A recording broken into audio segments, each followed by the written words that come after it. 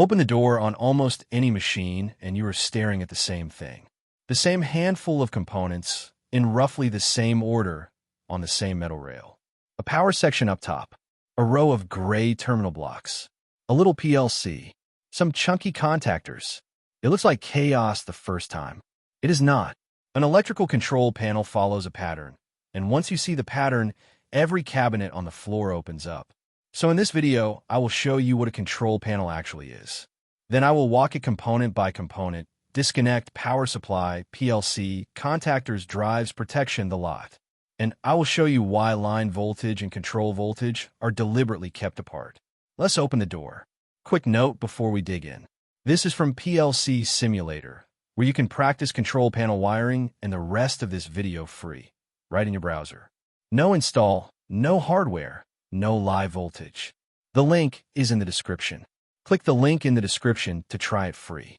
Now, back to the cabinet. So what is an electrical control panel? Really? Strip away the detail, and it is one enclosure that does 3 jobs for one machine. Power, control, protection. Power comes in from the building supply, gets stepped down, and gets distributed to everything inside. Control is the brain, the PLC, and its logic decide what turns on, when, and in what order. Protection is the safety net, breakers, fuses, and overloads that cut power the instant something draws too much or faults out. Power in decisions made, danger cutoff. That is the whole job of the box. Everything you see on the rail is serving one of those 3 roles. Keep that in your head, and the layout stops looking random. Now the guided tour, what each component actually does. At the top, the main disconnect and circuit breaker. That is the big handle on the door. It kills all incoming power, so the panel is safe to work on. Below it, the 24-volt DC power supply. It takes the incoming AC and produces the clean low-voltage DC that the control side runs on. Then the star of the show, the PLC, with its input and output cards. Inputs read the sensors and buttons. Outputs drive the field. Next to it, rows of terminal blocks, where every wire from the outside world lands in a tidy, labeled row.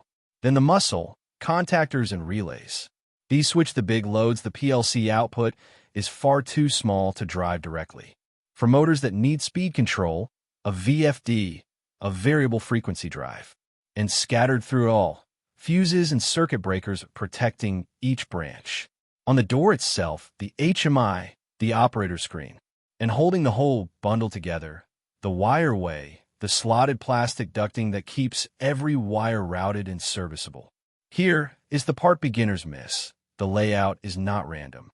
A well-built panel separates line voltage from control voltage. The high-voltage AC side, the part that runs motors, sits on one side of the cabinet. The low-voltage DC control side, the PLC and its signals, sits on the other. Why? 2 reasons. Safety. So a technician working on the control side is nowhere near live mains. And noise. Big switching loads throw electrical noise, and you do not want that coupling into your delicate sensor signals. The same logic applies to the wiring itself. Power cables and control cables run in separate wireways, never bundled together. And every metal enclosure is grounded and bonded back to a common point. I cover the wiring in detail in my control panel wiring video, and grounding and bonding in the grounding explainer, both linked below. One word on standards. A panel is not just thrown together. It is built to a code. In North America, an industrial control panel is typically built to UL 508A. Internationally, you will meet the IEC 61439 family.